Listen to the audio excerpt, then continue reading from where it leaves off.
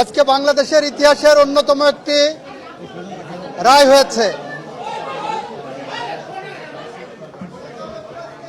আপনারা যারা বলছেন শেখ হাসিনার মামলার কি রায় হলো, আমি বলছি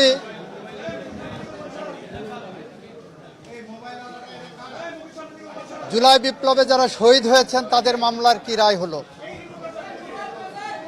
আমরা বলতে চাচ্ছি জুলাই বিপ্লবে শহীদদের মামলায় শহীদরা ন্যায় বিচার পেয়েছেন, রাষ্ট্র ন্যায় বিচার পেয়েছে, প্রসিকিউশন পক্ষ ন্যায় বিচার পেয়েছে। সেই ন্যায় বিচার প্রতিষ্ঠা করতে যে সেই ন্যায় বিচারের মানদণ্ড হলো এই মামলার দুইজন আসামিকে সর্বোচ্চ শাস্তি মৃত্যুদণ্ড দেওয়া হয়েছে। একজন আসামি যিনি রাজসাক্ষী হিসাবে নিজেকে আদালতের সামনে উপস্থাপন করেছেন, সার্বিক বিবেচনায় আদালত তাকে 5 বছরের কারাদণ্ড প্রদান করেছে।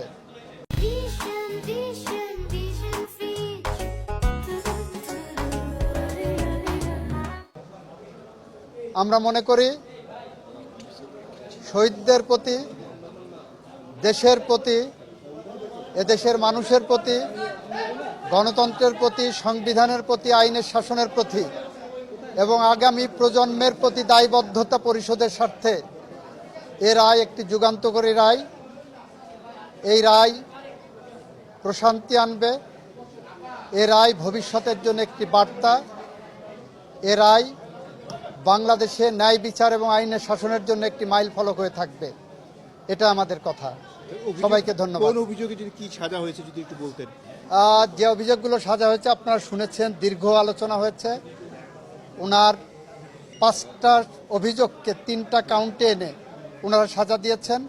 শেখ হাসিনাকে একটা কাউন্টে সুপিরিয়র কমান্ড রেসপন্সিবিলিটিতে যাবজ্জীবন জেল আনটিল ন্যাচারাল ডেথ দিয়েছেন, আর ডাইরেক্টলি যেটা নির্দেশনা দিয়েছেন সেখানে তাকে ডেথ পেনাল্টি দিয়েছেন।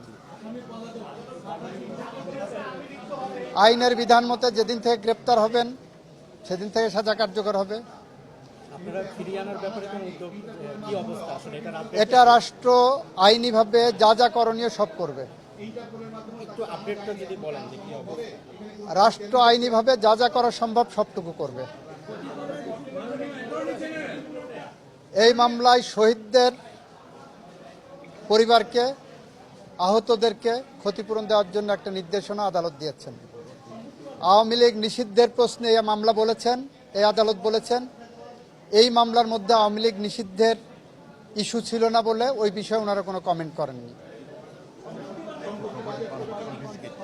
শেখ হাসিনা এবং আসাদুজ্জামান খান কামাল সাহেবের বাংলাদেশে তাদের সমস্ত সম্পত্তি ক্রোক করা হয়েছে, বাজেয়াপ্ত করা হয়েছে। আর কোনো প্রশ্ন? জি,